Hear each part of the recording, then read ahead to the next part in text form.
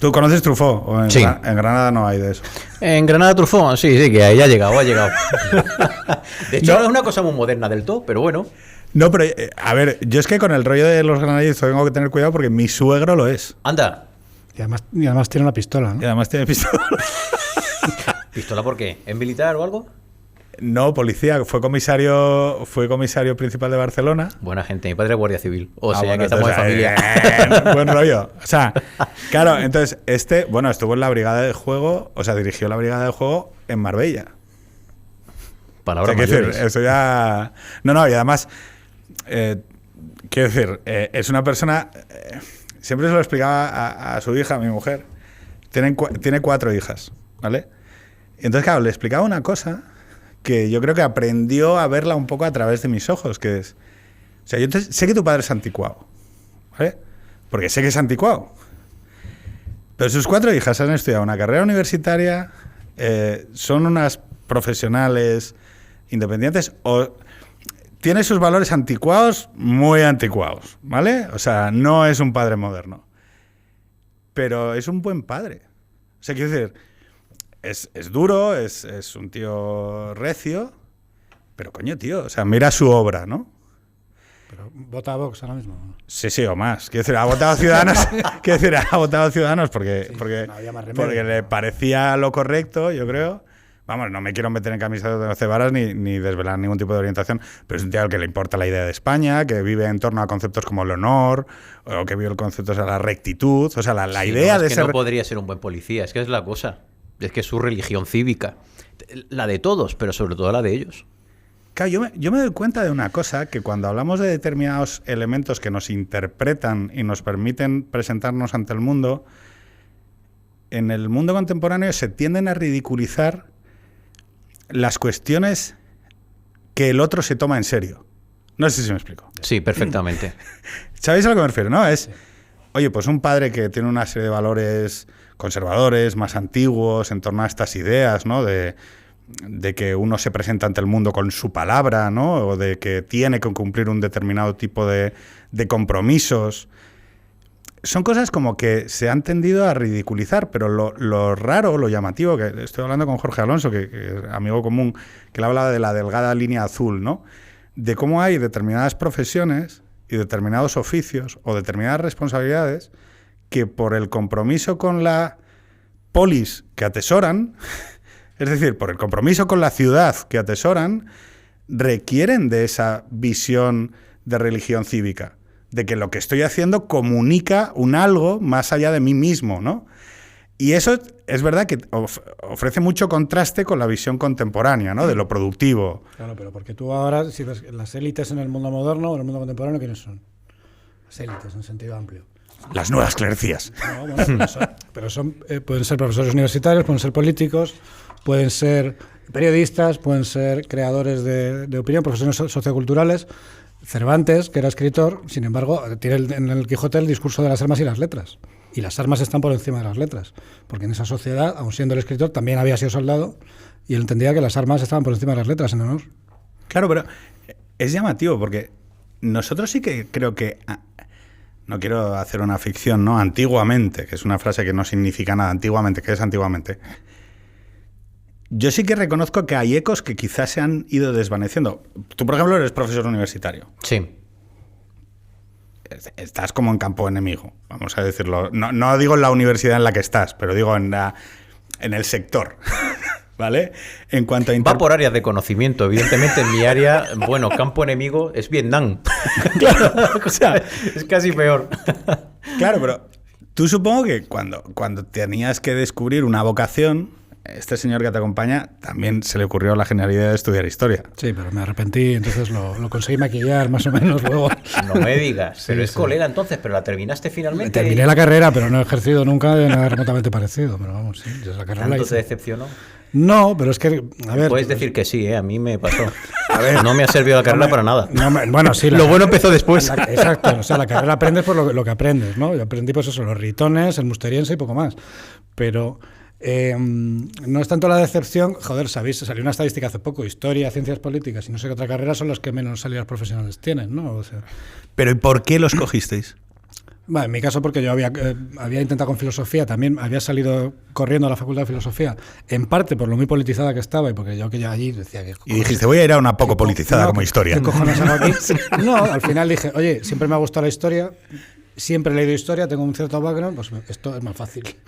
Vale. Es verdad que la politización en historia realmente está restringida al área de historia contemporánea, fundamentalmente. Es decir, que las otras áreas con los romanos sería más complicado, ¿no? Claro, y la propia historia moderna. Con los optimates y tal, y ese con los populares. No, digamos que no casa mucho la politización. Es verdad que luego después... No hay una visión progresista de los gracos. O sea, no es... Te das de hostias por el periodo... Depende. Cuando se aplica, por ejemplo, el marxismo historiográfico, ¿no?, a las explicaciones sobre prehistoria o historia antigua y demás, sí que lo hay, ¿no? O lo hubo en un momento determinado, pero cuando eso finalmente, vamos, la virtud explicativa de eso se descubrió que era nula, ¿no? Pues ha habido una desideologización muy importante de todas esas áreas, donde se mantiene esa ideologización de manera además muy rotundas en contemporánea. Pero bueno, porque es una cuestión de poder y presentista, ¿no? No tiene tanto que ver con la ciencia, sino con otra cosa. Siempre lo cuento, yo tengo un libro maravilloso en casa de ensayos sobre el fin del Imperio Romano y vienen dos historiadores soviéticos, Kovalyov y Stagerman. Eso es.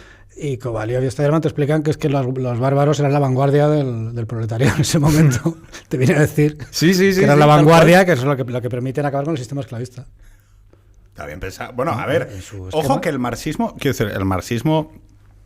Yo creo que tiene mucha potencia, ¿eh? O sea, yo, frente a la idea de caricaturizarlo, creo que hay lo hemos hablado mil veces, como hay herramientas que te permiten explicar la realidad. Luego las conclusiones a las que te conduzca, a nivel político y demás, pueden ser muy erróneas.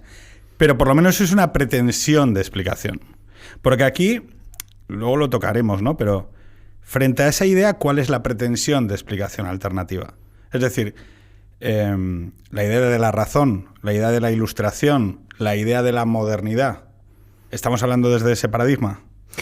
La alternativa al marxismo, la que existía anteriormente, era en historia el positivismo. Es decir, el uso de la razón, el ir a los hechos, en fijarlos muy bien, además combinar los hechos con la cronología. Y yo por eso al marxismo pues no le tengo científicamente demasiado respeto. Es decir, es un callejón sin salida, hasta para la prehistoria. Se aplicaba el marxismo hasta para el yacimiento de los Millares en Almería, ¿no? Para descubrir las sociedades prehistóricas y tal. Se descubrió en un momento determinado que la virtud explicativa del marxismo, hasta aplicada a sociedades antiguas, no tenía ningún sentido, ¿no? Y además porque el propio marxismo en esto es muy poco original. El que sepa de filosofía sabe perfectamente que las eras historiográficas, ¿no?, las eras de la evolución y tal, aparecen con Comte, ¿no? El comtismo en el 19 en las universidades era como el marxismo en el 20, es decir, el paradigma dominante. Y de hecho el buen positivismo, quitando evidentemente todo lo que tiene detrás Comte, ¿no?, el tema ideológico y demás, el buen positivismo es el que nos permitió desarrollar la historia como ciencia en el 19, es decir, la obsesión por fijar muy bien los hechos, por la cronología, por los documentos, es decir, por el hecho de tener que probarlo absolutamente todo, por el hecho además de que el holismo, ¿no?, las filosofías de la historia no lo explicaban todo. Eso es lo malo de los holismos. Ya Popper lo dejó muy claro y en eso tiene...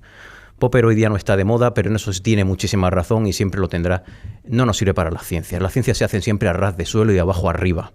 Es decir, es verdad que lo que pasa con la metafísica, no puedes prescindir de ella, pero... El problema de Popper es la falsabilidad. Bueno, lo mismo que Kuhn, es el hecho de si tomamos Kuhn con la teoría del paradigma de las revoluciones científicas, que se podría resumir en hasta que no muere el último catedrático que se inculturó en el paradigma anterior, no se produce la sustitución del conocimiento en la academia. Es decir, primero tienen que palmar los que con su poder pueden detener el conocimiento.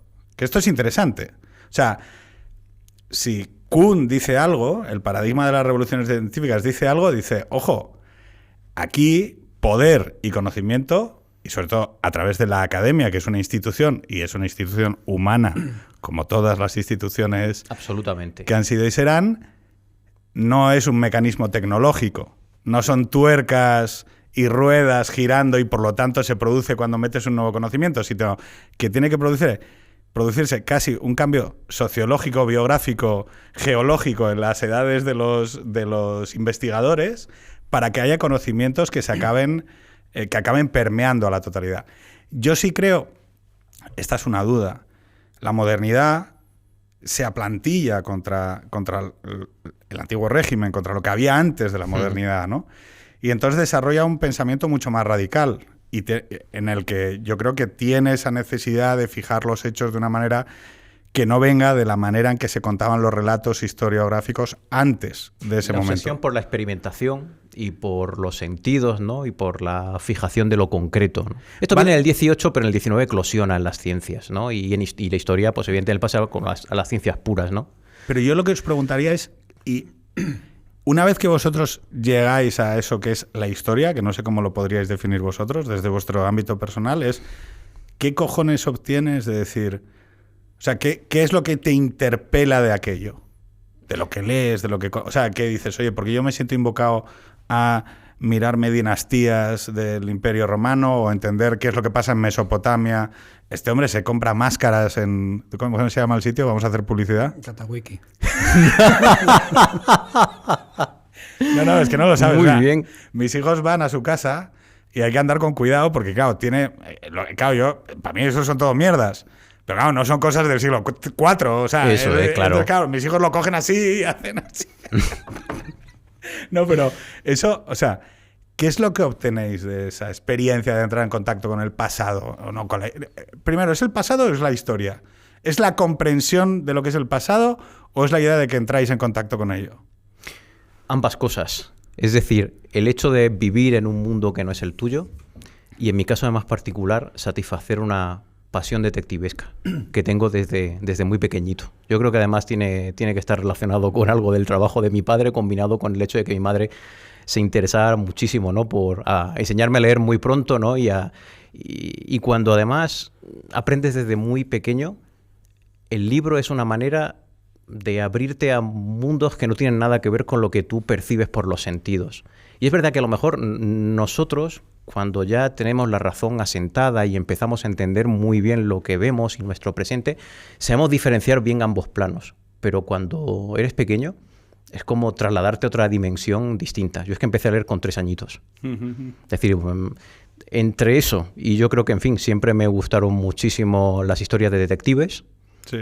Y sobre todo, lo mejor que te puede pasar en la vida cuando te dedicas a historia, es decir, incluso con lo que sueñas cuando estudias la carrera, el hecho de hacer una aportación pequeña a la historia grande y cambiar la interpretación, la visión o incluso la propia fijación de los hechos determinados de un periodo, ¿no? Cuando has hecho una investigación, eso, la satisfacción personal que eso te produce, porque además de esa manera también hasta satisfaces otra cosa que es fundamental. Ese cambio va unido a tu nombre. Claro. Y irá unido siempre y te hace inmortal.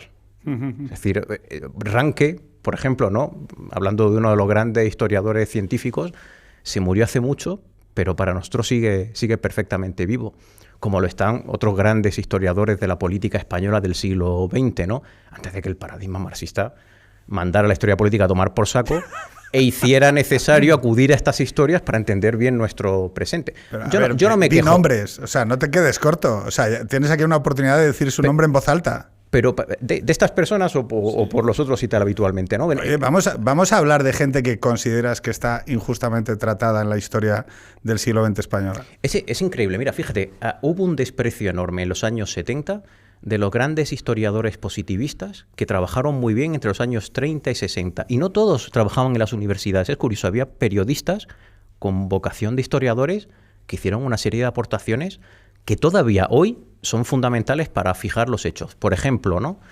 Yo siempre desde pequeñito siempre tuve una admiración enorme por Melchor Fernández Almagro, que no es un historiador profesional, nadie lo conoce, y sin embargo sus obras sobre la Restauración, el reinado de Alfonso XIII y la Segunda República siguen siendo referentes hoy día fundamentales para nosotros. Es que yo me quejo mucho del marxismo, pero no debería quejarme. Si yo debería estar encantado de la vida. Como se han pasado la vida ellos perdiendo el tiempo habitualmente con cosas que no tienen nada que ver con la historia, me han dejado el campo libre. Por eso yo puedo hacer lo que hago. Y resulta que hago descubrimientos que hace mucho, si la gente se hubiera puesto a currar bien, pues yo no hubiera tenido la oportunidad de hacerlo, ¿no? Es decir, hay periodos enteros de la historia de España que no se conocen. Y todavía necesitamos acudir a estos grandes historiadores, ¿no? Melchor Fernández Almagro, otro es Jesús Pavón, y mira que lo he puesto verde con el tema de Camboy, el último libro, ya os diré y tal, pero aún así, un grande, gente que todavía necesitas acudir a ellos porque, como buenos positivistas, hicieron un trabajo fantástico de fuentes, de fijación de hechos, etcétera, que hoy día no se hace. Pero para que veas, y te habrá pasado 1000 veces con otros. A mí me ha pasado de no discutir, pero de decir con Menéndez Pidal, por ejemplo. Un grande. Y decir, buah, claro, torcer el gesto, ¿sabes? Menéndez Pidal. Como... Un vejestorio, esto no Sí, cuenta y decir, tal, tío, esto está superado. Pues hombre, como cualquier autor lo tienes que situar en su época, pero tú te lees los tomos que tiene de la España del Cid y es una maravilla. Y claro, dices, ¿pero cómo vas a tirar a Menéndez Pidal a la basura? Y sobre todo para sustituirlo con qué. Claro, porque son campos, o sea, yo lo que entiendo, si no os reconozco mal, porque yo de esto no tengo ni idea, son campos de batalla que acaban transitando hacia campos de batalla políticos. Por supuesto. Absolutamente, O sea, esto es una cuestión de poder. Vamos sí, a eso decirlo es. así, el campo científico es un campo de batalla. Entre conocimientos, o no entre conocimientos, sino entre a ver quién tiene la razón. O sea, el método Te pongo un científico... ejemplo clarísimo, además, hablando de un tema que no es de contemporánea, sino es precisamente de historia medieval. El concepto de reconquista. Tal cual. Tú puedes saber lo que opina una persona sobre la idea y la fórmula de la reconquista, si sabes si es de derecha o de izquierda o qué partido vota, en la mayor parte de los casos. ¿Por qué? Porque al final se está pretendiendo hacer una eliminación científica del término reconquista, cuando en realidad, como ha escrito García Fiz, pues oye, hay elementos que te permiten decir, oye, es un término útil. Porque había una ideología, durante la propia Reconquista había una ideología de la Reconquista. ¿Que tú prefieres usar otros? Vale. Pero hombre, no me digas que si uso Reconquista automáticamente me convierte en un facha, en un cavernícola, porque además es que hay un proceso demográfico de la península, ¿no? Lo hemos hablado muchas veces, que va hacia el sur. Entonces, bueno, que te puede parecer que el término es más o menos útil, pero no lo puedes tirar a la basura diciendo, eso son cosas de fachas. No, pero esto además es una de las cosas que ha conllevado pues la introducción del paradigma marxista en las universidades y la ideologización de todo. Es decir, antes... Habitualmente tú lees un historiador y no pensabas en qué votaba en las elecciones o si hacía el pino por la mañana o este tipo de cosas. Lees el libro, veías los hechos que contaba, veías que si los hechos estaban contrastados o no, si te sonaban, si el relato era coherente, tú contratabas con otras fuentes, pero no te ponías a pensar. Pero, sin embargo, estos historiadores, y además hubo uno muy en concreto que llegó a decirlo abiertamente, E.H. Carr, uno de los grandes historiadores marxistas de la Revolución Rusa. Él decía, no mires las obras, mira al historiador y lo que piensa el historiador. Claro, así no hay ciencia posible. Es decir, se abandonó la historia como ciencia, con la obsesión por fijar los hechos, por la cronología, por construir de abajo arriba, por la documentación, en favor de los grandes paradigmas. Bueno, en este caso del gran paradigma, ¿no? De ese gran holismo. Y la adaptación, ¿no? De esa explicación omnicomprensiva a los hechos. De modo que si los hechos contradecían el paradigma, los hechos estaban equivocados. O se despreciaban. De hecho, para que veas la fuerza del paradigma, tú dirías que en una disciplina como la arqueología, que es una disciplina completamente material, no podría penetrar un paradigma posmoderno, ¿no? Donde las certezas están en duda, donde no hay jerarquización de saberes y tal. Bueno, pues hay una escuela que es la arqueología postprocesual, sí. que fue el tipo, no me acuerdo cómo se llama ahora, es muy famoso, el que estudió Zataluyuk muchos años, estuvo excavando allí, y es una arqueología que te mete el paradigma posmoderno. Yo fíjate que creo haber recordado algún análisis periodístico que son herederos o hijos de las investigaciones académicas, en donde ya se empezaban a meter claves absolutamente contemporáneas, feministas, objetos políticos que nacen del individuo y de cosas que es como decir, oye, pero no, es que esto tiene una lectura feminista, y tú dices, bueno, igual tiene una lectura feminista desde aquí. Pero en aquel momento dudo mucho porque no existía ni el individuo ni nada. O sea, como para poderte a desarrollar determinadas alambicadas teorías que nacen más de una necesidad política de interpretar toda la realidad en torno a una serie de creencias o valores o ideología o intuiciones morales que me parece respetuosa. O sea, yo no pretendo que la gente se escinda de sus valores. Lo que sí parece, que yo creo que es un poco lo que nos lleva a... Porque nosotros te veníamos aquí a preguntar sobre la Guerra Civil Española. Nosotros hemos hablado con Roberto sobre 1917, sobre Alfonso XIII, sobre Primo de Rivera. Yo creo que hay una parte esencial de elementos que has hecho que yo, personalmente, y por eso te doy las gracias, me contradiga con cosas que me tiré 2 años explicando en el Congreso de los Diputados respecto de la dictadura de Primo de Rivera y de 1917. Eso es lo mejor de la ciencia. No, y claro, yo lo agradezco porque es como, joder, yo pensaba esto y a mí se me había trasformado el bienio negro. Es que yo he dicho tantas cosas, entonces, y espero contradecirme de más. Y significará que sigo modestamente aprendiendo. Y yo no he cerrado el capítulo. Es decir, a lo mejor yo habré logrado hacer avanzar el conocimiento de un periodo, pero yo no he cerrado nada, que es lo mejor de la ciencia. Esperemos que venga otro chaval dentro de 30 años, no sé si de Granada o de Almería. ¿Con quién os lleváis mal los granadinos? Bueno, con todos. No hay... Sevilla, con Málaga. Joder, la lista de... es importante. Es con todos, ¿no? Es curioso menos con Madrid. Es curiosísimo. Que acabamos siempre la mitad, por lo menos aquí en Madrid, pero es verdad que con Andalucía... Bueno, fuisteis los últimos en ser tomados. No, pero es que no... ¿Ves? Ya estás con el paradigma de la reconquista. Eso no es así. No, pero a ver... yo muchas veces... Digamos que tú y yo podemos ser familia muy cercana. Porque ya sabes que la repoblación en Granada se hizo... ¿Con asturianos? Ah, sí. Villa, acuérdate que es un apellido sobre todo de Santander y Asturias. Qué es decir, bueno. Es muy característico además. Y en mi pueblo, casi todos los apellidos... Bueno, fíjate, es que la Alpujarra está llena de apellidos vascos. Bueno, a ver... Salaverría, Murrio... Es una cosa así. Aranas. Yo tuve compañero Aranas en Órgiva, en la Alpujarra. Yo es que siempre planteo lo mismo. Oye, si hay alguien en España que tiene derecho a ser tratado a nivel historiográfico como una comunidad nacional con historia propia, que es Andalucía y específicamente la Andalucía de Granada, que, oye, tuvo identidad, o sea, propia. Es que de hecho todavía hay una corriente que es la Andalucía Oriental, todo el tema del estatuto y tal, les parece que les robaron la cartera y que aquello no... Es verdad. Pero luego después, sin embargo, no lo sentimos. Es decir, ya dijo esto Castelar, que también era justamente de Cádiz, ¿no? Su último discurso es precioso, lo recomiendo muchísimo, porque él ya avisaba de todo el peligro que conllevaba la recepción del nacionalismo. Como esta gente era tan lista, incluso más lista que nosotros, sabían diferenciar muy bien lo que habíamos tenido hasta entonces, el patriotismo cívico, de lo que venía de Centro Europa, el nacionalismo étnico, recibido por la Lliga y el PNV y la Andalucía avisado. Hay que ver Andalucía, que tiene las condiciones geográficas, físicas, históricas, ¿no? Para reivindicarse, ¿no? Como una especie de nación cultural, y sin embargo él dice no alberga ni un solo nacionalista. Es decir, estamos absolutamente comprometidos, ¿no? En este caso con el proyecto de la unidad nacional. Y es verdad, es que probablemente tiene que ver mucho con que Andalucía es sobre todo absolutamente tierra de realengo. Por ejemplo, aquí la unidad legal con el Foro Real llegó mucho antes. Sí. Cuando un granadino iba a Córdoba, la legislación era realmente la misma entre ambos, y de hecho, cuando traspasaba el Tajo y el derecho comenzaba a cambiar en torno a ciudades, empezaba a no entenderlo muy bien.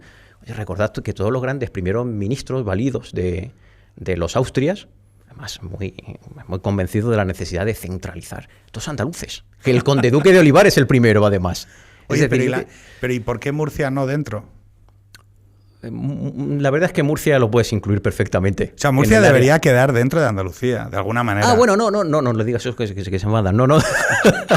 Que son el reino más antiguo de España. Sí. Recuerda, Tudmir, precisamente con el comienzo de la Reconquista. que se nos enfadan. No, el reino de Murcia. Pero, digo, volviendo un poco al tema que nos ocupa, nosotros en el anterior no nos quisimos meter en el gran evento político que a día de hoy sigue generando realidades discursivas, que todavía lo hablamos, y lo hablamos no desde un punto de vista histórico, sino que lo relitigamos como un elemento de nuestra política contemporánea, que es la guerra civil, ¿vale? Entonces llegamos a la guerra civil y el problema que tenemos con la guerra civil es si lo queremos abordar desde un punto de vista político, que es una cosa, que tiene que ver con unas claves, con unas emociones, con la idea de los perdedores, los ganadores, la idea de la revancha cultural, que es un poco lo que se vive desde los 80 en adelante en España, de 1980 en adelante, toda la rehabilitación cultural voy a hablar en términos que se comprenden, del bando perdedor, viene a hacer que, bueno, que todas las películas, todo el arte, toda la cultura se vuelca en generar ese relato, ¿no? Vamos a hacer una analogía. De la misma manera que, de manera cuasi hegemónica, cuando la cultura representa la Segunda Guerra Mundial, tenemos a los nazis y a los americanos y nadie, nunca, salvo Stalingrado, alguna peli muy puntual de algún autor que se la quiere jugar mucho o que quiere hacer una interpretación de boli fino, los buenos son los americanos. Bueno, y los malos son los nazis. Incluso cuando son los protagonistas los alemanes, como las novelas de Sven Hassel o Stalingrado y tal, siempre son batallones de castigo o gente que es un poco rara. Quiero decir, o sea, no hay una lectura épica, heroica de ole qué bien esa guerra justa que libró el ejército alemán, ¿no? Bueno, pues eso sucede en España a partir de los 80 en la cultura española. Es decir, hay una reclamación también auspiciada por un poder como es el de... Pero Pedro, con respecto al paradigma norteamericano, hay que recordar también su propia guerra civil. Todavía sigue existiendo un enorme romanticismo con respecto a los confederados. Sí. Y ese romanticismo se hubiera acrecentado si no iba a ser por el problema de la esclavitud, que los historiadores sabemos que tampoco fue realmente lo principal al inicio de la guerra, con ser un tema importante, ¿no? Pero si no es por la defensa... Que lo de los esclavos no fue tan grave. O sea, Jorge, está ganando adeptos, Roberto, el tema de la esclavitud, a tope. No, pero esto no es mérito mío, es decir, hay mucha gente que trabaja este tema allí, pero este romanticismo con respecto al perdedor, ¿no?, y a la confederación todavía se mantiene en los estados del sur, en Estados Unidos. No, si yo lo que iba a decir es que si bien el relato americano, producido a través de los estudios americanos de la Segunda Guerra Mundial, es unívoco, nosotros somos los buenos y los otros son malos, y cualquier relato que se haga sobre el ejército alemán será no desde la épica gloriosa de una guerra justa, sino desde relatos parciales, de pelotones concretos, que pueden tener acciones determinadas, pero no desde el paradigma de la guerra justa.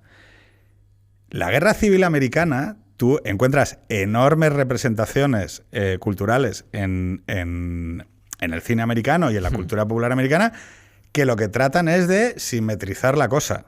Quiero decir, Lee no se le trata... Bueno, puede tratársele de muchas maneras, pero no se le trata como el enemigo.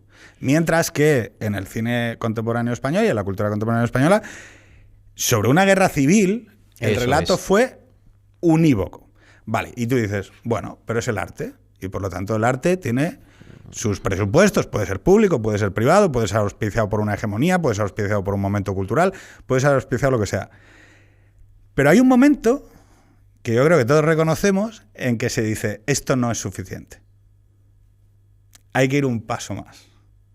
Y es cuando, bajo el paradigma, bajo el relato político público de vamos a rehabilitar la memoria de los perdedores, la administración se compromete con una serie de ayudas, recursos, financiación para un elemento que para mí está fuera de toda duda, que es, oye, los restos de la gente tienen derecho a descansar allí donde sus familiares quieran, y a mí eso me parece un tema de justicia. Nunca hubo ningún problema con eso. De hecho, empezó a hacerse ya en los 70 y 80, es decir, no es un tema de ahora. No, pero no creo... Bajo la óptica de la reconciliación. Pero no creo que haya ninguna... O sea, no creo que... Digo que ese era el manto que supuestamente cubría todo el resto, que es, oye, sobre esto nunca hubo ninguna disputa. Yo creo que cualquier persona con un mínimo de humanismo dice, oye, ¿dónde está mi abuelo? Lo quiero enterrar, quiero saber qué es lo que sucedió con él, hubo represaliados, vamos a buscarlo, de todos los represaliados que hubiera, y vamos a tratar de que estas familias, si no quieren saber nada, no, es decir, no obligarlos a nada, pero si tienen la voluntad de saber, ayudémoslo. Oye, sobre eso, ningún tipo de dilema. Pero empezó a suceder otra cosa más, que es lo que yo creo que ahí sí que hubo... un chispazo que nos llevó también a un cierto paradigma de que la derecha, al perder este conflicto, el partido de derechas, al perder este conflicto, decidió ya no plantar nunca más batalla de relato alguno, sino que el relato público es unívoco también, pero y lo que sucede es que el campo de batalla se transmite a la academia. Y entonces es donde, de repente, te encuentras con que hay un único relato historiográfico también, no hay un único. Hay la pretensión... Eso sí, efectivamente. Hay la pretensión por parte de las administraciones públicas de nutrir solo un tipo de relato historiográfico sobre un evento de nuestra historia. Y ahí es donde yo me gustaría, vamos, someterlo a gente que lo conoce mejor, pero yo ahí es donde empiezo a creer que la cosa se va torciendo. Porque yo no conozco, o sea, ¿conocéis alguna experiencia similar en algún sitio? De toma en consideración, ¿no?, de la memoria de los vencidos, ¿no?, y de un tratamiento desde el punto de vista de la reconciliación en muchísimas partes. Pero una revancha completa, ¿no?, que modifique además los fundamentos de legitimidad de una democracia consolidada, pues yo realmente sé como el caso español. Es que ni siquiera puedo comparar los casos que se han dado en Europa Oriental precisamente después de la caída del comunismo. Y además es que no me gusta comparar porque incluso la propia naturaleza de los regímenes que se impusieron en un momento determinado después de... No, en su momento en España después de la Guerra Civil y los regímenes comunistas que se imponen después de la Segunda Guerra Mundial, la naturaleza no es la misma y tampoco los orígenes son distintos. Evidentemente aquí son factores endógenos, puramente españoles. Ahí ya sabéis que los regímenes comunistas tienen mucho sobre todo que ver con la invasión de la Unión Soviética, es decir, con la presencia de las tropas soviéticas allí en esos territorios, en que Stalin se queda con esos países como una especie de botín de guerra, sí. Evidentemente. Es decir, que ni siquiera ahí conozco algo similar a lo que está pasando en España últimamente. Y además que es un fenómeno actual, del presente, porque insisto en que muchas de estas políticas orientadas a la recuperación de restos, a la rehabilitación de la memoria, ¿no?, de las víctimas, en este caso del bando nacional, incluso a la rememoración de la represión durante la dictadura. Estas cosas se dieron en los 70 y los 80 ya. Es decir, que es lo que se plantea, lo que muchas de estas personas que justifican estas memorias, ¿no?, estas políticas de memoria, ¿no?, que hubo una amnesia después de la transición y que nadie escribía ni sabía absolutamente nada sobre la guerra civil, es absolutamente incierto. Jamás se escribió más sobre la guerra civil, jamás se escribió más sobre la represión. Vamos, incluso al propio establecimiento de las cifras de represaliados se establecen precisamente en esos años. Jamás se supo más sobre la Segunda República que entonces. Lo que pasa es que la óptica era muy distinta. La óptica era la reconciliación y la construcción de una democracia de todos. Y que eso necesitaba la rehabilitación, evidentemente, de la memoria de los vencidos que habían sido ignorados, olvidados durante la década del franquismo. Con eso es que no hay, para cualquier demócrata, es que no hay ningún tipo de problema, no supone nada. Sin embargo, aquí, como es una cuestión ya de poder y además de modificación de los fundamentos de legitimidad de nuestro sistema democrático en beneficio de unas determinadas causas políticas del presente, que además necesitan esto de la memoria histórica como una especie de fundamento de identidad nuevo, ¿no?, junto con otro tipo de causas, ¿no?, pues para paliar la pérdida de otro tipo de identidades previas. Venga, pues nada, pues la memoria histórica. Eso es, ya sabes que cuando las ideologías agonizan, pues se vuelven más agresivas en determinados temas, ¿no?, para sobrevivir. Y yo creo que la memoria histórica, pues, evidentemente, básicamente es la expresión de estos coletazos, ¿no?, de estas ideologías, ¿no? Fíjate, hay una parte del dilema en torno a la memoria histórica. Hay varios elementos. Uno, lo primero, es que no se produjo la desnazificación de España. Como siempre se pone el ejemplo de, es que en ningún país de Europa... Chico, yo he estado en Italia, pero en Roma... No hubo ningún tipo de nazificación tampoco. No, digo, pero puestos a decir, yo he estado en Italia y he visto en Roma arquitectura fascista... Claro. Con Mussolini, bien grande, o sea, quiero decir, montado a caballo, o sea, y bueno, es lo que hay. O sea, no creo que a nadie le parezca que ensalza la figura de Mussolini, o sea, no creo que lo que reconoce es que hay una parte de nuestra historia que está ahí. Dicho lo cual, si se quieren retirar determinados símbolos o determinada imaginería, yo no tengo ningún problema tampoco, porque para mí no es un elemento emocional, o sea, yo...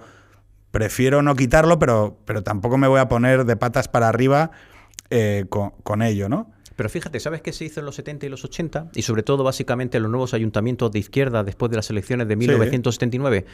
En lugar de ponerse a quitar las calles, algunas se quitaron, pero en lugar de ponerse a quitar calles a nadie, todas las calles nuevas y parques nuevos que se hacían, automáticamente también se concedían a Carlos Marx, a la Pasionaria, a políticos de la Segunda República que habían sido olvidados. No, la avenida Carlos Marx de Gijón. O sea, no, a Carlos Marx. O sea, quiero decir...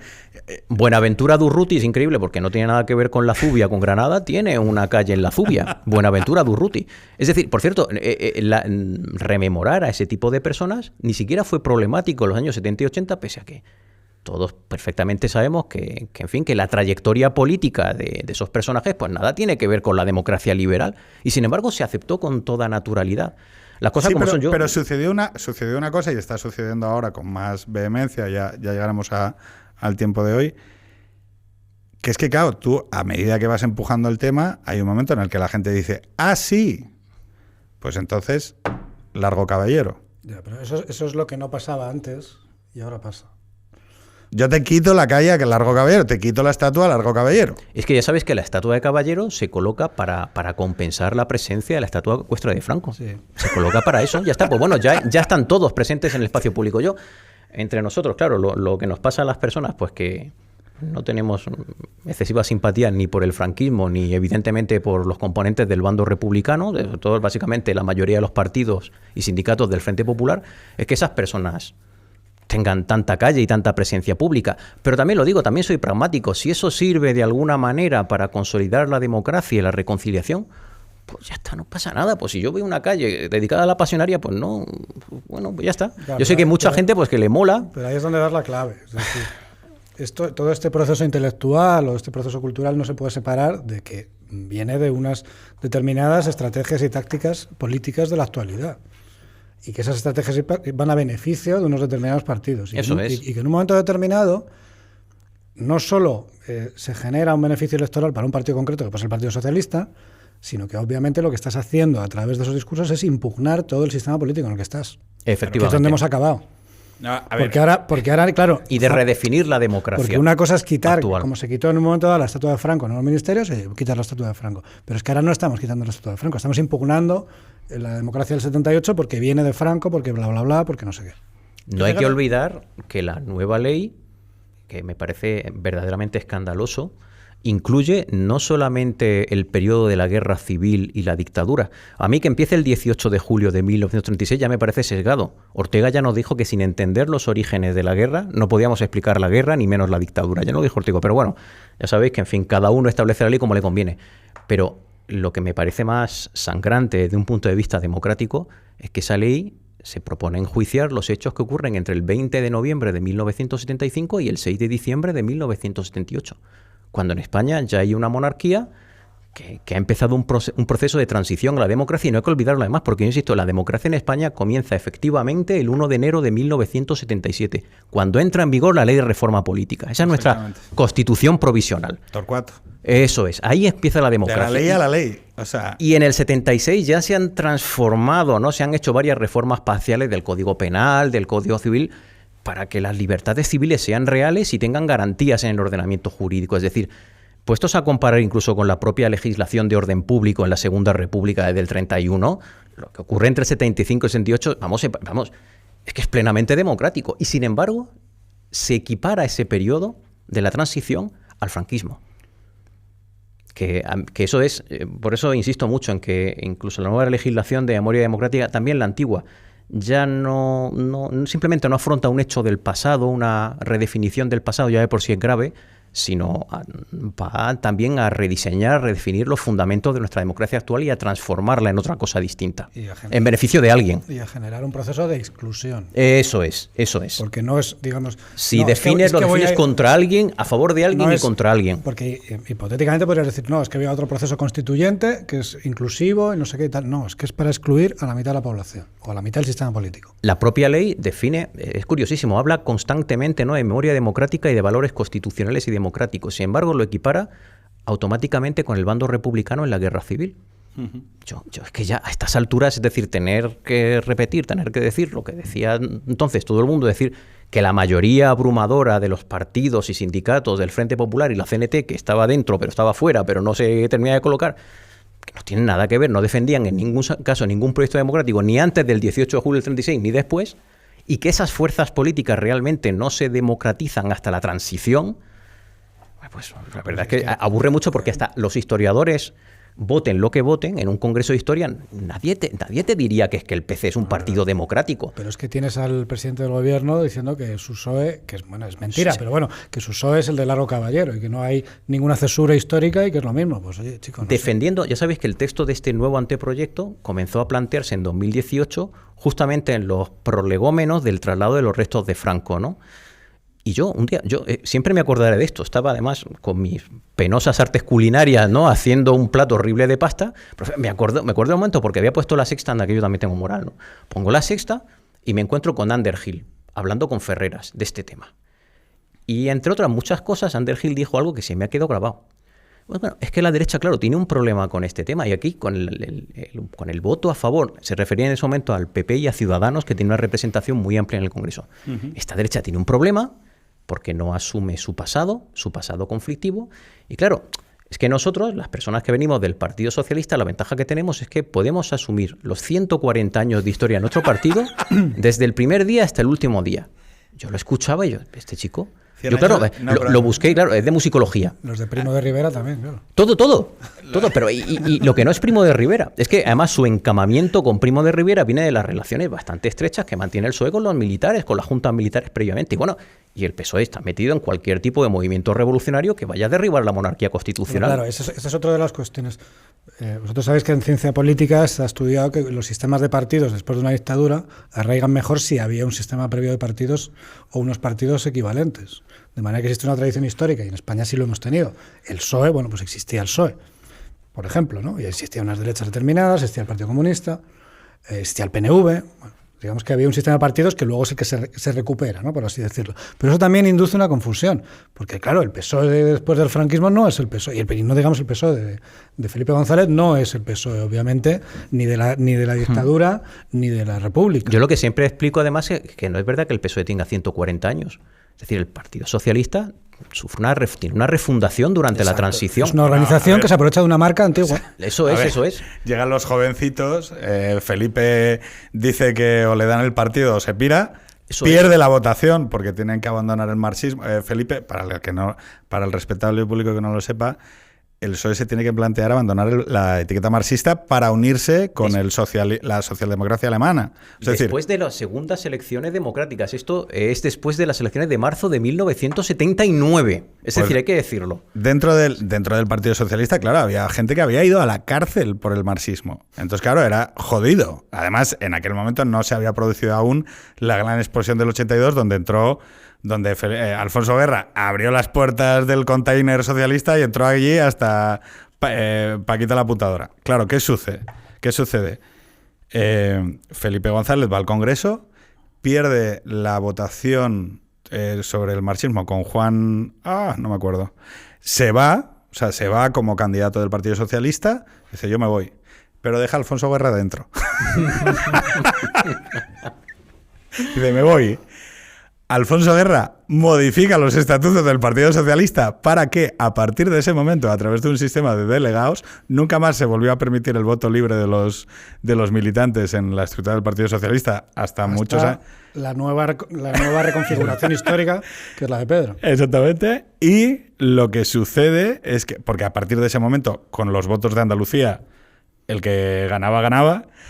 Y entonces Felipe González espera a que el Partido Socialista, montado el carajal que se le montó, porque habían hecho una apuesta fortísima por Felipe como candidato y demás, le piden por favor que vuelva y él pide que le dejen las manos libres. Y ahí es donde se produce el reino imperial de Felipe con la suma de Alfonso Guerra en el PSOE de esos primeros años de los 80, la mayoría absoluta del 82, etcétera, y bueno, todo lo que vino después, que es historia.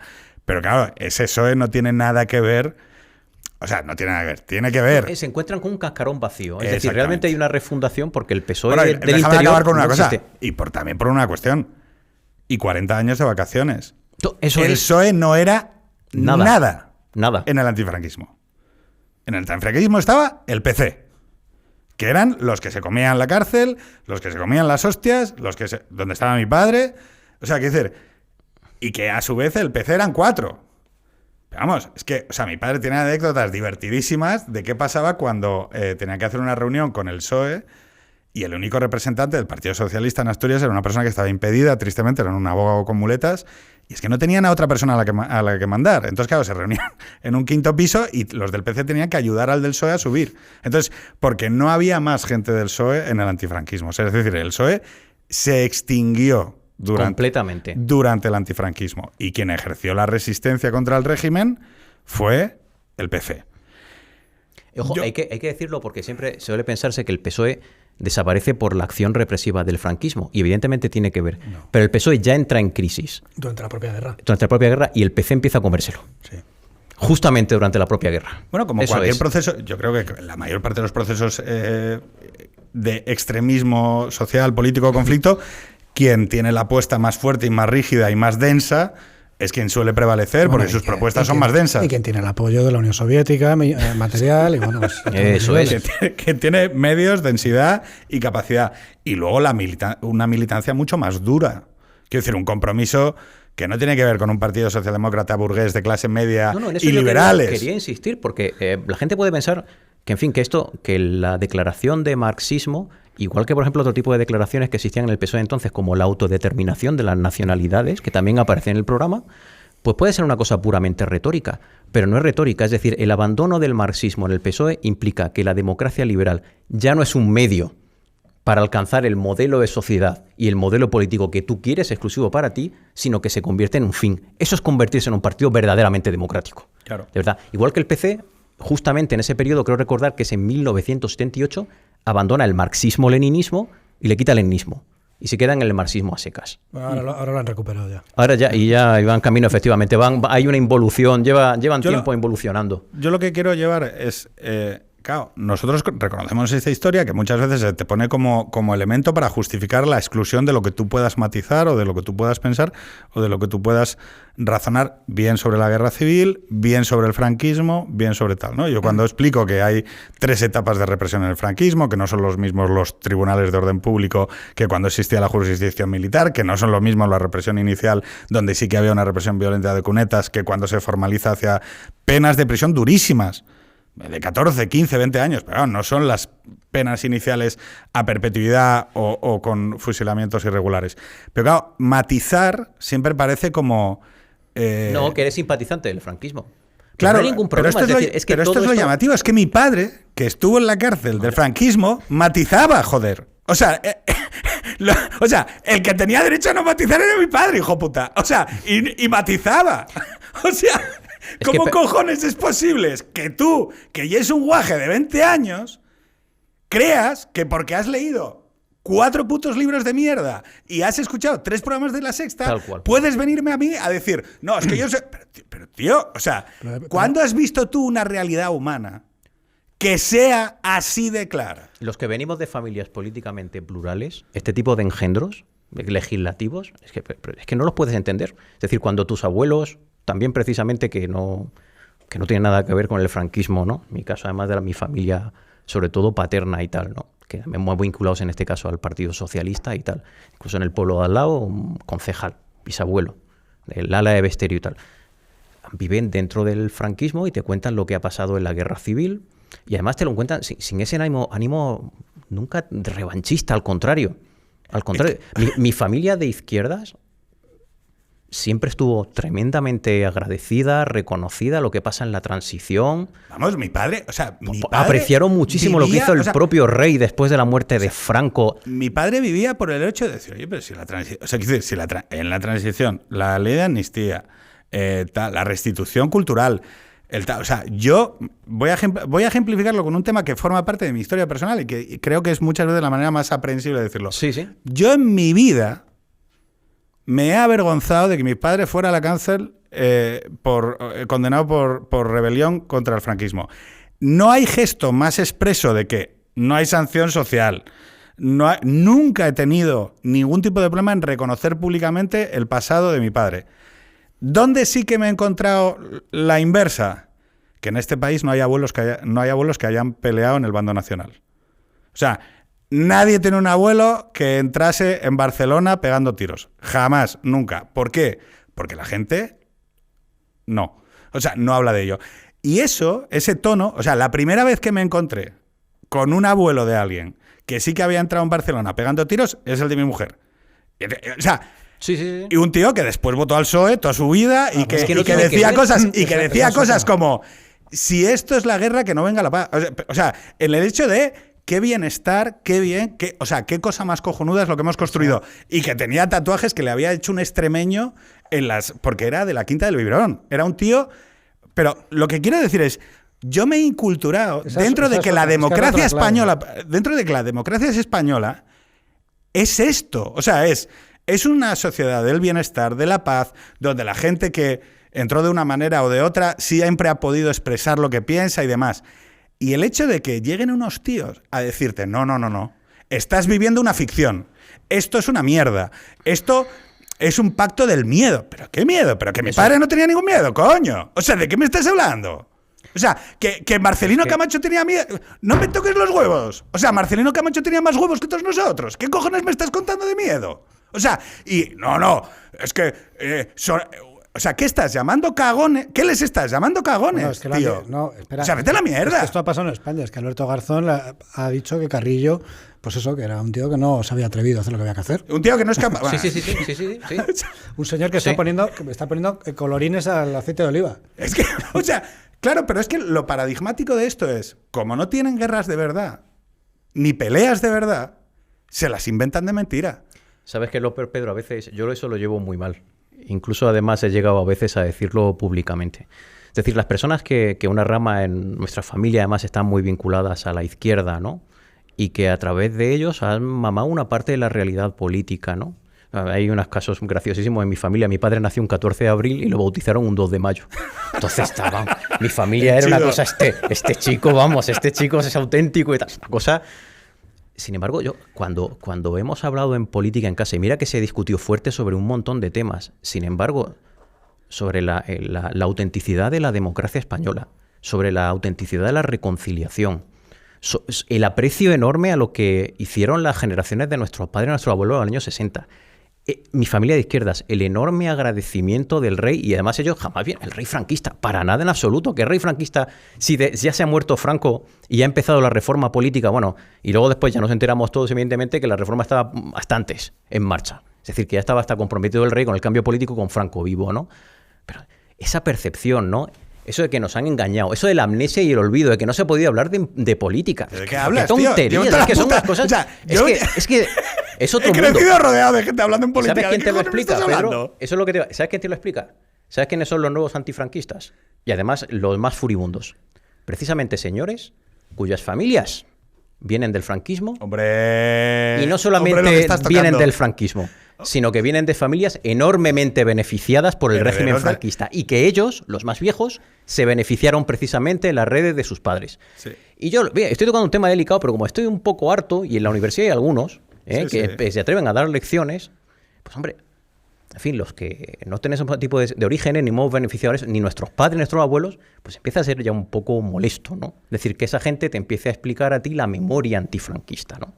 Es decir, que te empiece a contar cosas que tú sabes, que tú conoces, que amamos en familia, y que no, evidentemente es que no es así. Yo creo que ha habido un retroceso incluso en el rango de cosas que se puede opinar, o que se puede discutir en el espacio público. Te puedes meter en un follón por cosas que están completamente aceptadas y que sabía todo el mundo.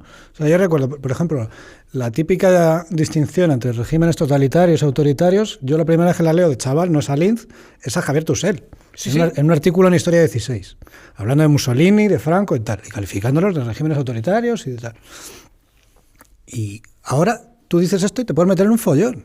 La propia ley define el régimen franquista como un régimen totalitario, pese a que toda la evidencia científica, politológica, histórica, ha dicho que, en fin, que puede haber una semifascistización en los 3, 4, 5 primeros años, pero después es que no, para nada obedece al modelo de los regímenes que se entienden como totalitarios. Pues a finales de los 70, principios de los 80, lo podía escribir Javier Tusell, que no era precisamente alguien que estuviera lejano de la oficialidad. Y eso no lo hace moralmente mejor. Es que y no lo hace menos represivo. ¿Pero de qué estaba cerca Javier Tusell? De la realidad de la gente que estaba viviendo allí. Claro, yo no sé cómo explicarle. O sea, vamos a ver. Juan Linz, para esta gente, es franquista ahora. Hasta la propia... Es que, en fin, hay cosas hasta en la Complutense, en ciencia política, cuando se le va a hacer un homenaje, hay gente de contrapoder y los que no son contrapoder, el politólogo franquista. O sea, uno de las... además, ya sabes que Linz... Es que Contrapoder ha reventado también en homenajes a Carrillo, con lo cual a Linz... No, eso es, ya Linz tiene que parecer la extrema derecha. Pero Linz es que nadie sabe, yo creo que nadie conoce que aparte que un gran sociólogo y un gran politólogo fue uno de los grandes asesores y diseñadores del plan de transición a la democracia en España. Sobre todo en nuestro sistema electoral, Linz tuvo muchísimo que ver. Es decir, que una parte importante de nuestros éxitos institucionales y legales a la hora de consolidar la democracia tiene mucho que ver con la mano de Linz, porque era un hacha reconocido en Estados Unidos, por eso se lo llevan. Un hacha en sistemas constitucionales comparados. Lipset lo tenía, este tío es un máquina, es decir, contra cómo funciona en Suecia, en Noruega, en tal. Linz era un máquina, pero quiero decir una serie de efectos de segunda ronda de todas estas pretensiones, que es lo que yo creo que la gente hay que advertirle. Oye, yo entiendo que para la constitución de una democracia hacen falta una serie de mitologías. Y es así. O sea, necesitamos mitos en torno a la nación, necesitamos cuentos compartidos, necesitamos narraciones que nos permitan sentirnos apegados a elementos de nuestra historia y demás, y que es verdad que... Fuera mito, fuera narración. Bueno, es decir, pero vamos a hablar de... Realmente son realidades que podemos conmemorar porque lo son. Es decir... Sí, pero por ejemplo, la incorporación... Pero por ejemplo, ¿yo en qué país me crezco? Yo nazco en el 80. Y en el 80, o sea, habíamos salido de la democracia. Bueno, mi padre, ya lo he explicado más veces, nunca nos tuvo hasta que no llegan la democracia y la Constitución. Mi hermano es del 78 y yo soy del 80. Yo conozco a mi padre con el pelo blanco con 51 años. O sea, mi padre me tiene con 51 años. ¿Por qué? Porque él no quería, o sea, había visto lo tristes que eran las visitas de sus compañeros presos con los que tenían hijos. Entonces, él, hasta que no llega la democracia, no llegamos nosotros. Somos hijos de la democracia. ¿Qué sucede? Yo nazco en el 80, tú en el 79, ¿no? 77. ¿Tú? 78. Vale. Somos hijos de la democracia. Y estamos en un país que ha aprobado una constitución, que se ha convertido en un país análogo a las democracias continentales europeas, que se moderniza, que va descubriendo hitos, que se incorpora en el 86 a la Unión Europea, que se transforma económicamente. O sea, la Expo, Barcelona, o sea, es un país optimista, ¿vale? Y luego, por eso digo los mitos. Claro que debajo de muchos de estos mitos hay cosas, la corrupción, el GAL, el espionaje, o sea, cosas, o sea, no, los países no son chicle, no son una historia color de rosa. Pero joder, ese país también tenía cosas muy buenas. Y, o sea, hombre, el balance es... El balance es espectacular, vale, pero ¿qué sucede? Que tú empiezas, a partir de esa resignificación cultural, que yo creo que se produce a instancia de parte, para tratar de vender un nuevo relato sobre nuestra historia, que además se asienta en muchos... Estaba ETA, otro de los puntos negros de nuestra historia.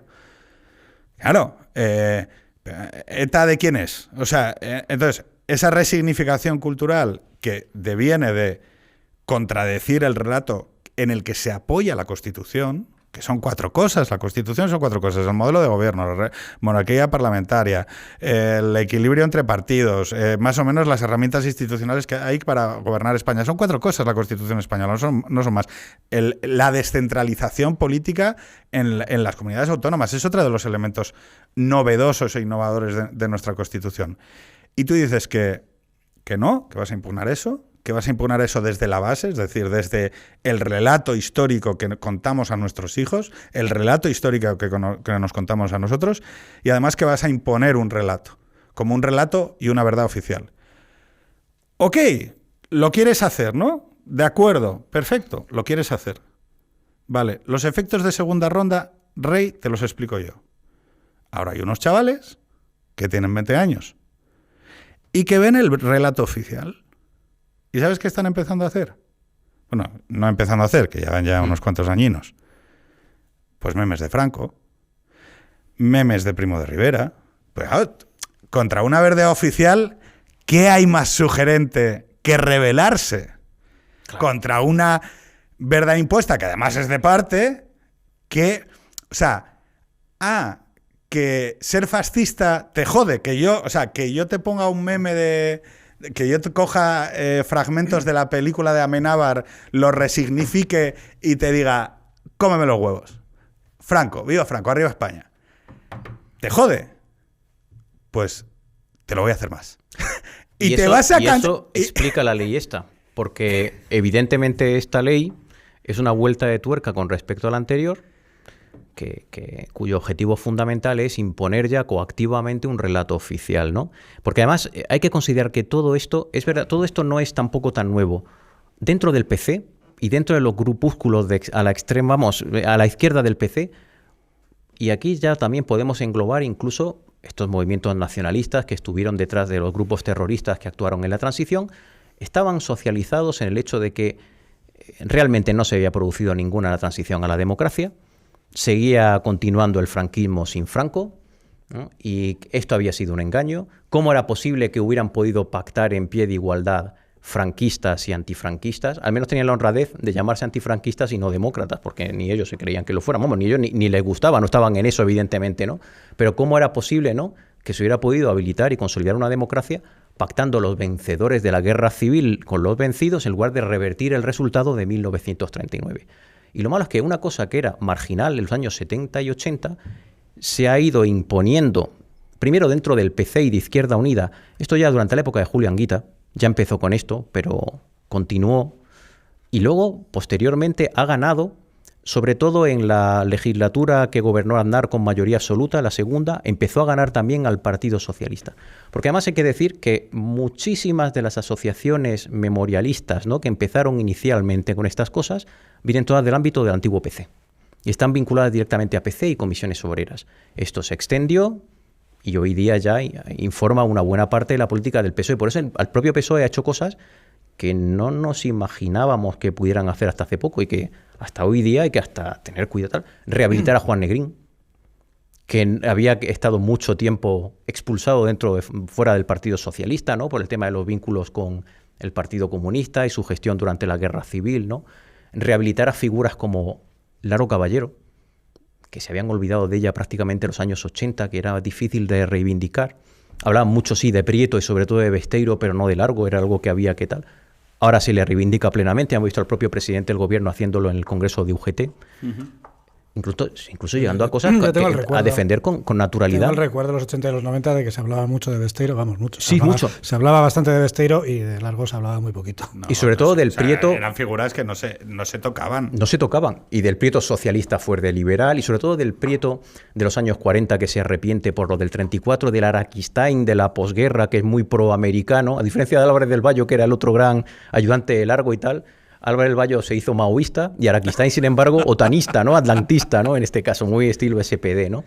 Pues, al final, una visión de la transición que era minoritaria y estaba restringida a grupos de extrema izquierda, se ha extendido hoy día a toda la izquierda española, pero bueno, porque sirve para un reto de identidad. Pero lo que va a suceder con esa pretensión, que es lo que yo intento siempre advertir, es... Mira, yo es como cuando dije lo del 8M en 2017.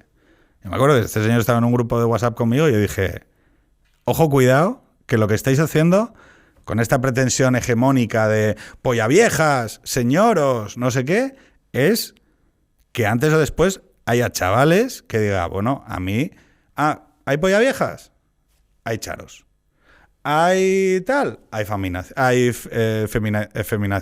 O sea, hay locas. O sea, si tú estás empujando con un relato que en realidad es de parte, es una interpretación de parte, lo que vas a tener, antes o después, es una réplica simétrica en el campo de batalla. Pero ideológico y político. Es simétrica, Pedro, porque con esta ley nueva, este relato se impone usando todos los recursos del Estado, incluidos los educativos. Es decir, va a haber por la propia ley lo prevé, un reseteo. O sea, que va a haber pero perdóname, Roberto, o sea, que va a haber una ley cuando Vox llegue al gobierno nacional opuesta. Es que puede que haya una reacción así, evidentemente. Claro, pero es que no sabemos, ellos hacen esta ley pensando en que de esta manera lastran las posibilidades de alternancia. Pues entonces te voy a explicar, perdón para que parezca que yo puedo explicar algo, pero voy a explicar lo que yo creo que va a pasar. Tú rompes determinados consensos que además esos consensos marcados en lo prepolítico de las constituciones, el modelo parlamentario, la bandera, la idea de España y demás, siempre han estado, como toda idea política, sometidas a crítica. Es decir, nosotros no éramos una democracia militante. Así lo dijimos y así lo expresamos. Dijimos que en España se podía no ser español. En España se podía ser republicano.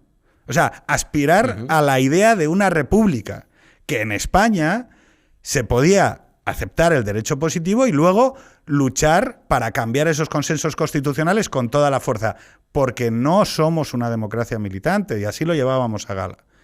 Y así las ideas, precisamente, que fijamos en la Constitución como elementos que configuraban nuestro país, siempre han estado, y yo creo que se han revitalizado, porque creo que una parte de la revitalización ideológica es estar sometida a esa crítica. Pero al mismo tiempo que eso sucedía, hay una serie de consensos que se han extendido desde lo cultural, que esos casualmente no se podían someter a contradicción. Y no solo eso, sino que extendían los límites de lo que se podía decir, lo que se podía contradecir, lo que puedo expresar. Y yo decía, oye, pero esto, ¿dónde está? ¿Dónde hemos acordado dentro de mi comunidad política que yo no pueda tener una opinión diferente sobre la guerra civil? O sea, ¿dónde está? ¿Eso dónde se dice? Ah, no, te apruebo una ley y te lo pongo. Vale, rey. Pero entonces cuando cambie la mayoría... Ese es el reverso de la política en la que estamos, en la cual tú empleas tácticas de exclusión para obtener una ventaja electoral, ¿no? Pero claro, al final lo que sucede, y no solo pasa en España, pues está pasando en Estados Unidos, en el Reino Unido, en muchos sitios, es que tú te cargas consensos y lo que hay es winner takes all. O sea, cuando tú ganas unas elecciones, pues arramblas. Pero claro, arramblas tú hoy. Mañana, pues el que venga, pues tiene el precedente de arramblar. Claro, entonces, ¿qué es lo que sucede? Que la Constitución o las constituciones o las democracias liberales se basan en muy poquitos principios. Es decir, principio de presunción de inocencia. El principio, la idea de, oye, el conocimiento, hay una verdad, o sea, hay determinadas cosas que tenemos que acordar, ¿no? La igualdad del voto. Claro, si tú empiezas a debilitarlo a instancia de parte de determinados principios, yo lo digo porque, por ejemplo, con el tema de la presunción de inocencia, la ley antipiropos del Ministerio, es otro de esos ejemplos. O la ley de memoria histórica. No. No se puede contradecir un determinado relato so pena de que esto sea un delito. Oiga, este no es el hecho en sí. O sea, lo importante aquí no es el hecho no es tanto el hecho en sí, como el hecho de que esta ley rompe un principio de la Constitución, rompe un principio de la democracia liberal. O sea, no es... Sí. Pero es que yo lo que estoy defendiendo es que el honor sexual de la mujer esté mejor protegido. Sí, si el objeto que yo estoy discutiendo aquí no es si la herramienta es eficaz o no. Lo que digo es que lo que estáis haciendo, lo que debilita es uno de los fundamentos de la democracia liberal. Y que en el momento en el que tú lo hagas, va a llegar otro, antes o después, que haga la misma operación. Que haga lo mismo.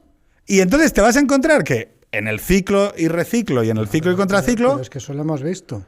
Si tú ves ahora los entornos de chavales de derechas politizados y tal, ¿de qué hablan? De las manadas de marroquíes, de las manadas de argelinos. ¿Por qué? Porque en el momento que hay una manada, habrá manada para todos. Que siempre pongo este ejemplo, ¿no? Es 8M 2017. Los hombres violan. Los hombres agreden. Alguien automáticamente, o sea, nosotros desde la democracia liberal planteábamos que el único responsable de sus actos es el criminal que los comete. Ningún grupo o colectivo comete delitos de manera colectiva. No atentan los vascos, atenta el terrorista, ¿vale? O sea, quiero decir, en España hemos tenido, un suceso de no te queremos culpabilizar a los vascos de aquello que hacen los terroristas vascos, ¿vale? Son terroristas a la fuerza vascos.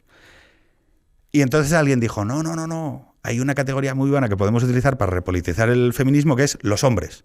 Entonces, los hombres agreden, los hombres violan, los hombres matan. Y yo dije, y este señor dijo, y muchos dijimos, ojo, en el momento en el que colectivizas un crimen, alguien dice, oye, ¿y de qué color son? Claro, quiero decir, en la teoría, Sí, la teoría de conjuntos... Si haces conjuntos, tú haces conjuntos. se pueden reproducir. Oye, igual hago yo conjuntos mejor al que infinito. tú. O sea, igual hago yo conjuntos mucho más...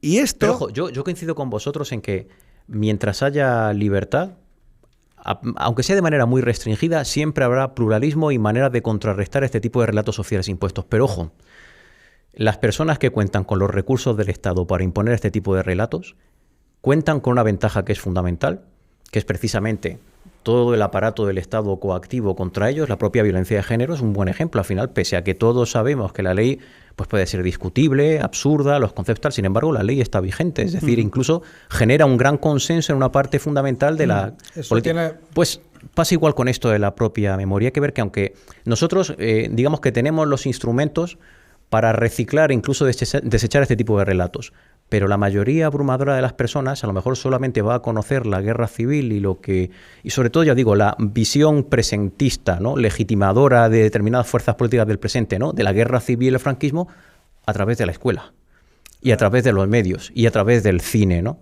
Y ellos cuentan con eso, es decir, saben perfectamente que va a haber núcleos de resistentes. ¿Sabes cómo ya? El franquismo sociológico. Aunque hayan nacido en el 90, el franquismo sociológico. Ahora que sacas el tema tanto del feminismo como de la memoria histórica, ¿ha habido una dejación de la derecha en estos temas? Rotundamente sí. O sea, se ha permitido que se ocupe el campo, también en parte, vamos a decirlo un poco, por esa pequeñez, un poco... al principio, voy a defender al PP al principio, sobre todo al PP de Aznar en este momento. Sabéis que el PP se ha hartado de condenar constantemente el 18 de julio en el Congreso, desde la famosa condena del 2002. Pedro y yo venimos de un partido que te puedo explicar las veces que lo hemos condenado y da igual. 20.000 veces. Bueno, es que siempre te vas a encontrar. Punto. Siempre vas a empezar a ver algún medio a Garzón o a estos que... No, es que llevan sin condenar el franquismo, no han superado el franquismo, nunca se superan. Y luego había la clásica, que era moción para condenar el franquismo y decir que Stalin era un tío de puta madre. O decir que Luis Companys... O echar atrás, eso es lo que pasa hace poco en el Parlamento. Vamos a explicar cómo funciona. Moción para la condena del franquismo. Punto 1. Condena del franquismo. Luis Companys es el mejor. Punto 3. Stalin era un chaval un poco revoltoso, pero bueno, en realidad tenía razón. Y tú dices, oye... ¿Se puede votar por puntos? No. Abstención. No, tal cual. Funciona. Es decir, pero es verdad que tengo que Ho Chi Minh era un chaval simpático. Oye, yo esto no lo... Los ditirambos a la muerte de Fidel Castro.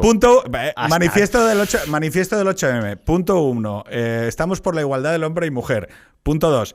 El sistema capitalista es una mierda, hay que derribarlo porque hay que ir hacia una economía autogestionada. Muy oportuno eso, Oiga, Pedro. ¿Qué me cuenta? Porque es que yo es verdad que... Nos quedan yo siempre digo 3 minutos, os digo, ¿eh? O sea, pues muy rápido. minutos. Yo siempre he dicho además que la memoria democrática es un chiste porque la memoria es un hecho sobre todo individual y es decir, y uno no puede tener memoria de lo que no ha vivido. Pero yo sí tengo memoria de lo que me pasó a mí en la escuela con muchos de estos, incluso docentes vinculados a estos partidos. La equidistancia con lo que trataban, por ejemplo, a la Unión Soviética y a Estados Unidos en la Guerra Fría. O yo no critico la URSS, pero soy rotundamente antiamericano. Y hay que ver Vietnam, y hay que ver, ¿no? Afganistán.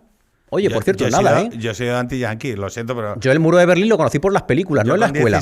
Yo con 16 años... Y el antiamericanismo, eso, lo que denunciaba Rebel, yo lo he vivido en la escuela. Y haciendo palomitas de la paz con la Primera Guerra del Golfo. El otro día es decir, yo me acuerdo de todo eso. El otro día sabes que murió Franco Battiato y había una crítica que había circulado en tiempos, creo que en La Estampa, cuando salió su disco El Arca de Noé. Y la acusaban de ser de la nueva derecha a Battiato, porque tiene una canción que habla de Afganistán. Tiene una canción que menciona algo de la ocupación de Afganistán. Y entonces la del 79, la de los soviéticos. La de los soviéticos. Y era de la nueva derecha por eso. Y entonces había el crítico italiano en La Estampa en el año 83 le dice que es como un manifiesto de la nueva derecha. Eso es memoria democrática. Memoria histórica. Es decir, los mismos que la propia Guerra Fría eran... Siendo amable, equidistantes. Yo no he vivido hasta en el 96, yo recuerdo cuando empecé la carrera de historia, las críticas furibundas contra el libro de Fukuyama, que yo he leído El fin de la historia, pero no por Fukuyama y por lo que decía Fukuyama, sino por el triunfo de la democracia liberal sobre el totalitarismo soviético, las rabias que despertaba y las teorías en contemporánea de que el mundo iba a ser ahora mucho más inseguro porque se había perdido el factor de estabilización que era la Unión Soviética. Yo esto lo he escuchado en clase.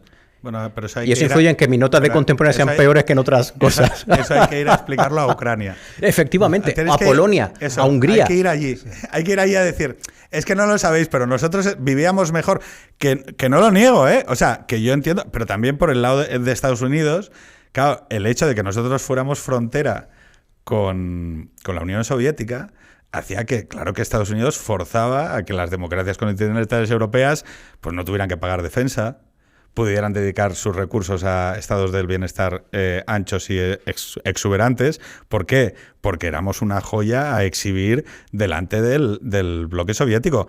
Sí, ¿y eso convierte a la Unión Soviética en algo bueno? Vete a los Urales, vete a Ucrania, vete al... ¿cómo se llamaba? Es que nunca me acuerdo. Campos roturados, no, joder. ¿Cómo se llama? A los coljoses y estos y sofjoses. Los coljos y Qué maravilla. Ellos hacen como que nos pagan y nosotros hacemos como que trabajamos. Ese es el chiste de los campesinos. Señores, muchísimas gracias. Voy a hablar un momento a cámara. Vamos a vivir un tiempo en los próximos años en donde se va a pelear algunas cuestiones, como por ejemplo esta que ha venido a comentar Roberto, ¿no? La idea de que exista un único relato sobre una circunstancia de nuestra historia es un elemento que daña uno de los principios de la democracia liberal. No tienes por qué estar de acuerdo con uno de los bandos, o con los dos, o con ninguno, de lo que sucedió en la primera mitad del siglo XX. Pero negar a la ciencia la oportunidad de debatir y negar a los individuos la oportunidad de decir aquello que piensan, creen o conocen es un rasgo autoritario que nos empeora como democracia. El tono amistoso y cachazudo en el que a veces discurrimos estas conversaciones no nos puede hacer olvidar estas cuestiones que yo creo que son fundamentales. Nada más, muchas gracias. Hasta la semana que viene. Nos vemos. Adeu.